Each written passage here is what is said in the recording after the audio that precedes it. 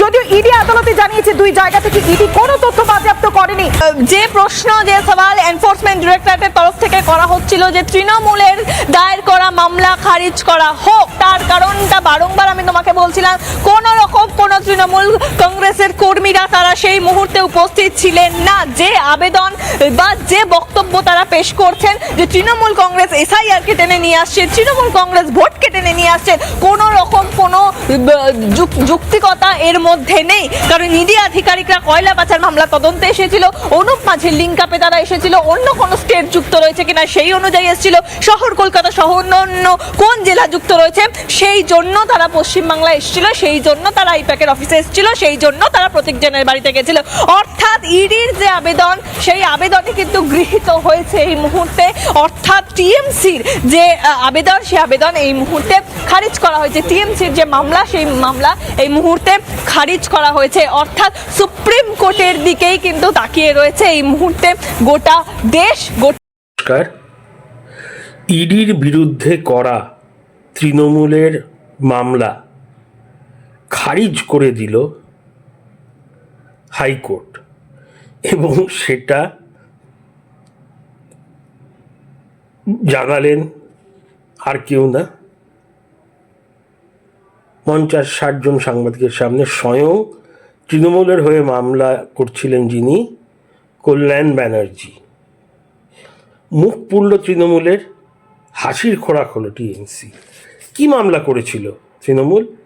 যে ইডি যখন রেড করেছিল আইপ্যাকের কর্ণধার বা সিইও বা মালিক, 3 মালিকের এক মালিক, আর পশ্চিমবাংলায় তৃণমূলের হয়ে ভোটের কাজ যারা করেন, সেই প্রতীক জৈনের বাড়িতে লাউডন স্ট্রিটে, আর তার অফিস গোদরেজ ওয়াটারসাইড সল্টলেক সেক্টর 5-এর অফিসে একসাথে রেড করেছিল 8 জানুয়ারি ভোর 6টা থেকে ইডি। তা তৃণমূলের মামলা ছিল যে ওখানে গোপনীয় রাজনৈতিক তথ্য বা নথি যেগুলো ইডি বাজেয়াপ্ত করেছে সেগুলো যেন সংরক্ষণ করা হয় এবং পাবলিকলি যেন প্রকাশ না করা হয়।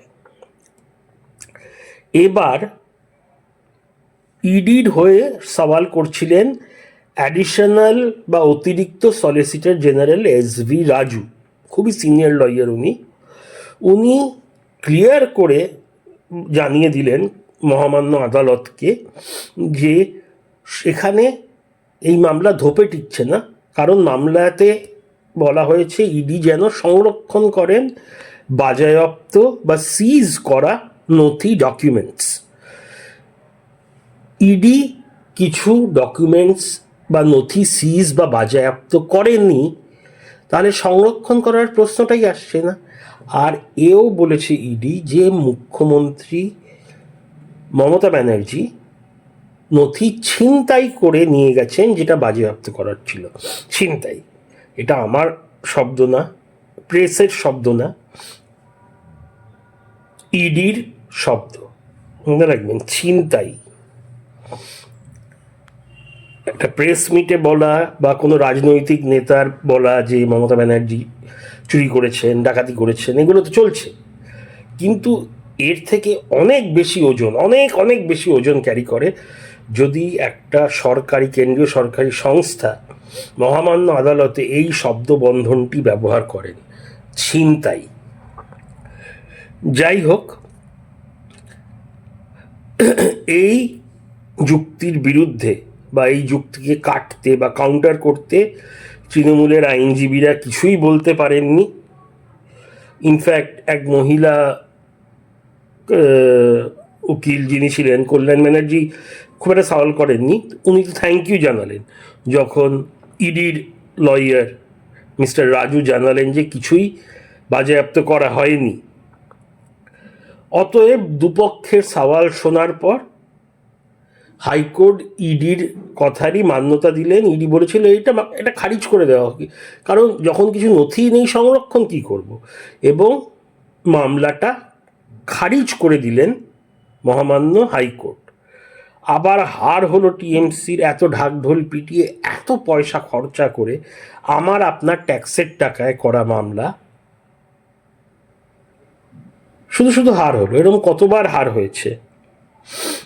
এখানে একটা গুরুত্বপূর্ণ ব্যাপার কিন্তু উঠে আসছে, একটা ভয়, একটা ত্রাস।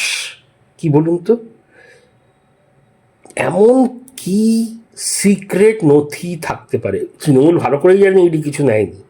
আপনারা সবাই দেখেছেন কি হয়েছিল সেদিন, কি কে গেছিলেন, কি নিয়ে বেরিয়ে এসেছিলেন, কোন কোন পুলিশ অফিসার, পুলিশ ফোর্স গিয়ে ঘেরাও করা হয়েছিল বেআইনিভাবে ইডিকে। তো তৃণমূল খুব ভালো করেই জানে কিছু নথি নেওয়া হয়নি, কিন্তু তাদের মধ্যে একটা ভয় ছিল, এমন কি নথি, রাজনৈতিক নথি থাকতে পারে যার জন্য একদম শিওর হতে ইডির একটা অফিসিয়াল স্টেটমেন্ট শুনতে। তৃণমূল জানতো এই কেসটায় হারবে, কিন্তু ওরা শুনতে চাইছিল যে ইডি কিছু নেয়নি অফিসিয়ালি। কেন, কোর্টের সামনে তো ভুল তথ্য বা মিথ্যা বা অসত্য বলা যায় না। এইটুকুনি ওরা জানতে চেয়েছিল যে ইডি কিছুই নেয়নি। তাহলে এমন কিসের ভয় আছে, এমন কি ভয়ানক সত্য লোকানো ছিল সেই দিন? অফিসে বোধহয় কিছু ছিল না, এটা আমার অনুমান। প্রতীক জৈনের বাড়িতেই অনেক কিছু ছিল। সেই হার্ড ড্রাইভটা যেটা আপনারা দেখেছেন টিভিতে, ম্যা লেকে আয়া বলে দেখালেন, একটা মোবাইল ফোন, একটা হার্ড ড্রাইভ, একটা ল্যাপটপ, এই তিনটে জিনিসের মধ্যে কোথাও না কোথাও এমন কিছু একটা, বেশি না কিন্তু, যেমন তথ্য যেটা আপনাকে জেলে পাঠাতে পারে, বেশি জায়গায় রাখে না লোকে, গুপ্ত জায়গায় ছোটভাবে রেখে দেয়। কি এমন ছিল যেটাতে হৃদকম্পন, ভয় হচ্ছে তৃণমূলের? আমি নাম নিচ্ছি না, কারণ আমি একজন সাধারণ ইউটিউবার। আর এখানে দেখেছেন পশ্চিমবাংলায় সরকারের বিরোধ করলে, সরকারের বিপক্ষে বললে আপনার পেছনে পুলিশ লেলিয়ে দেওয়া হয়, ফলস কেসে ফাঁসানো হয়, বড় বড় নেতাদেরও, যাদের উকিল আছে, লোকবল আছে। তা আমি তো নগণ্য। মানে এমন একটা অবস্থা আমাদের রাজ্যে যেখানে গণতন্ত্র নেই, কোনো গণতন্ত্র নেই। আর পুলিশকে আমি দোষ দিই না। পুলিশ যদি the high and the mighty, মানে ওপরে যারা বসে আছে তাদের কথা না শোনেন, ট্রান্সফার করে দেবে, বসিয়ে দেবে, অনেক কিছু করতে পারে। তাই পুলিশের ওপর আমার কোনো অভিযোগ নেই, কিন্তু পুলিশকে ব্যবহার করে ত্রাস তৈরি করা হয়। তো কি এমন আছে সেখানে? কাকে ইনক্রিমিনেট, মানে কার বিরুদ্ধে আছে, কেমন, কোন খুব গুরুত্বপূর্ণ ব্যক্তি সে যিনি ফেঁসে যেতে পারেন বাজেভাবে? আইপ্যাকের প্রতীক জৈন এই রহস্যের খোলসা করতে পারেন, কারণ ওনার ল্যাপটপ বা ওনার হার্ড ড্রাইভ বা ওনার মোবাইলেই সংরক্ষণ করা আছে সেই নথি, যেটা বাঁচাতে তৃণমূলের তাবড় তাবড় নেতারা জান লড়িয়ে দিচ্ছেন। কমেন্ট করে জানাবেন আপনাদের মতামত। বেশ ইন্টারেস্টিং একটা কেসের নিষ্পত্তি হলো। এখন এর থেকে অনেক বেশি গুরুত্বপূর্ণ কেস আছে কাল সুপ্রিম কোর্টে, যেটা ইডি করেছে।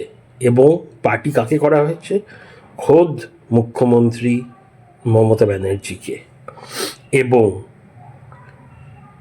তার বিরুদ্ধে, হ্যাঁ, মমতা ব্যানার্জির বিরুদ্ধে সিবিআই তদন্ত এবং আরও অনেক কিছু দাবি করে এই কেসটি করা হয়েছে। প্রথমে করা হয়েছিল হাইকোর্টে, কিন্তু হাইকোর্টে শুনানি হতে দেয়নি, আপনারা সবাই জানেন। কোনো এক রহস্যময় ব্যক্তি বা মহিলা গুন্ডা জড়ো করে বানচাল করে দিয়েছিল। তারপরে কেসটা গেছে সুপ্রিম কোর্টে। কাল তার শুনানি। কাল যদি ফয়সালা হয়, একটা বিশাল জিনিস হতে চলেছে। কারণ এর আগে কোনো মুখ্যমন্ত্রীর বিরুদ্ধে এফআইআরের ব্যাপার বা সিবিআই তদন্তের ব্যাপার, রবারির ব্যাপার আনা হয়নি।